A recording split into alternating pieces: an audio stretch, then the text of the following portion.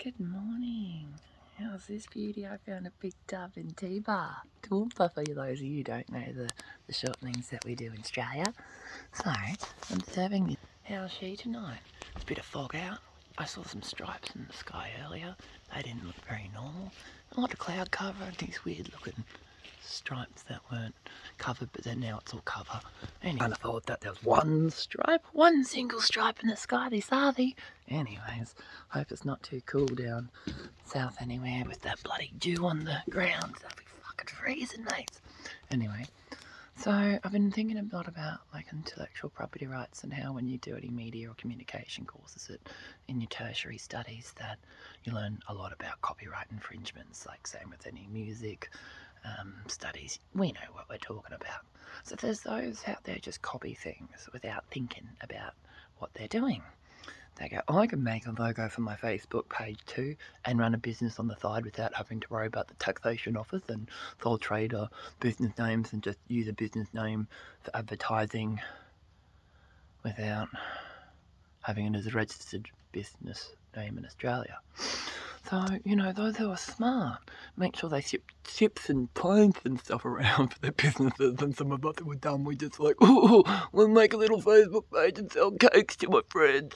How good would that be? We'll make like $50 on the side from Centrelink. We're so smart. You're not. You're actually copyright infringement in all those logos and shit. You've just downloaded off whatever Google shit you found and then changed it up in some second-hand fucking app that didn't care that they brutally utilising Xcoder's fucking code.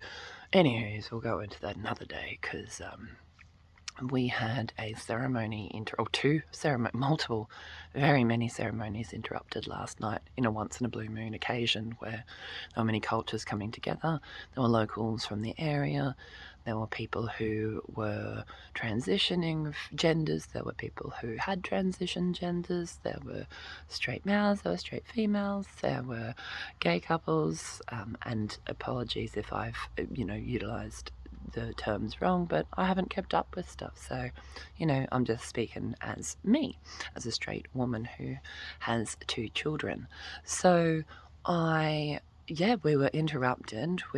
I'm a practicing pagan. I've listed myself and my children as pagans with all the local hospitals that we attend. I've often been denied to be able to ground on the ground. They want to interrogate me and test me for drugs and push me through my PTSD again rather than taking reports for a crime.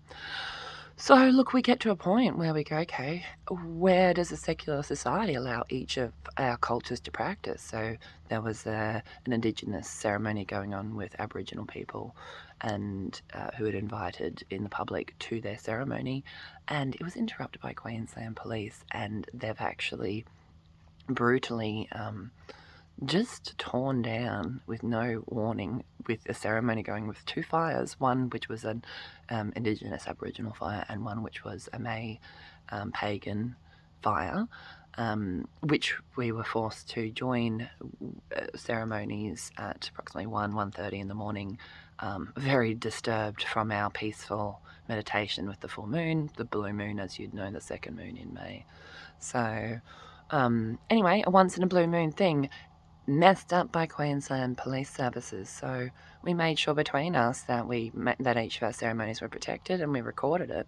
And we all came together beautifully. People brought in food, they brought in coffee, they brought in, like, some people had finished at work and they had leftovers from their restaurants. It was just a gorgeous celebration. People were dancing, and people just laid in their swags or any sleeping bags they'd brought because they've just taken tents away. They locked us out from the toilet, so people are walking like a kilometre to have to go to the toilet and stuff like that. But, the community came together. It was so beautiful. So, anyway, I'm home now because, what did they say? Does a bear shit in the woods? No, my dad said, does the Pope shit in the woods? Because guess he used to be an old army man. So guess what army men used to have to do? Yeah, the Pope shits in the woods too, mate. Anyway, onions.